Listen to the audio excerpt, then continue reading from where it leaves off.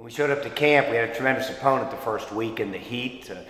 Certainly was oppressive, would be a very low-grade word to describe it. I think it was a big challenge for our kids, and as coaches, we were able to ID very quickly who was prepared and who was semi-prepared, because the semi-prepared people really struggled in this first week just to kind of keep up with the pace that you have to in Division III, trying to make up ground in summer ball. Well, I think our defensive kids have been challenged. There's no question. They're going with their third defensive coordinator in 3 years. I think some of the young kids that we played last year, have matured, and I'm hoping that I say Tyler Miller is a good example. A kid that had to play outside linebacker, 168 pounds, is a better player at 190 pounds.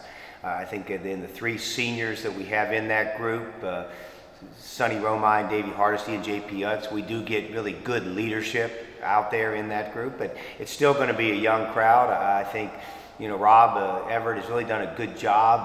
It's a transformational way in terms of how we're teaching, not just from the technology that we're trying to use, but in terms of our approach with the kids. And I think it's one of those things where you're preparing for the short term. Certainly us beating Gettysburg is a key focus for the next 2 weeks, these final 2 weeks in camp. But by the same time, we have to be kind of looking long term and really try to establish a base. My background goes way back, and I always thought if you can play great defense, you're always going to have a chance to win in the fourth quarter. Well, I think really in the offensive side, in a quarterback-centric game, we've got two people right now that are at the front of the line working and battling. Brendan Mettery, who's returning, as a third year sophomore for us, coming off of shoulder surgery, a year that he missed entirely last year. And then Jay Scroggins came in, a transfer from Shepherd, and those are kind of the two kids that at least are at the front of the pack. That being said, it was a position we recruited very well. I'm really pleased with a couple of the young freshmen that we have there. I think it's a position that you have to solidify and really have a sound base, not just for the present, but for the future. And I think we've been able to do that. I think with the specialist, we lost that crew. I think there's a lot of positions on the football field, not a lot, but there's a handful of positions where you can hide things. If you surround you can take an offensive left guard, and if you surround them with a pretty good left tackle and a center, you'd be surprised how far you can go with them. I've always said this, at quarterback and at tailback, and whoever is kicking the football for you, whether that be punting or place kicking or kicking off, you can't trick them. We did a good job recruiting. Coach Trevathan, who's going to work with us through this first week here with the technical part of our kickers, was just very pleased. He said, and he was accurate. There's legs there. Now we just got to kind of see what leg is going to separate itself, and certainly that's a position where they're going to give me some tough choices, but that's something I have to make a week out here. But I think when you got the talent, eventually the performance will show.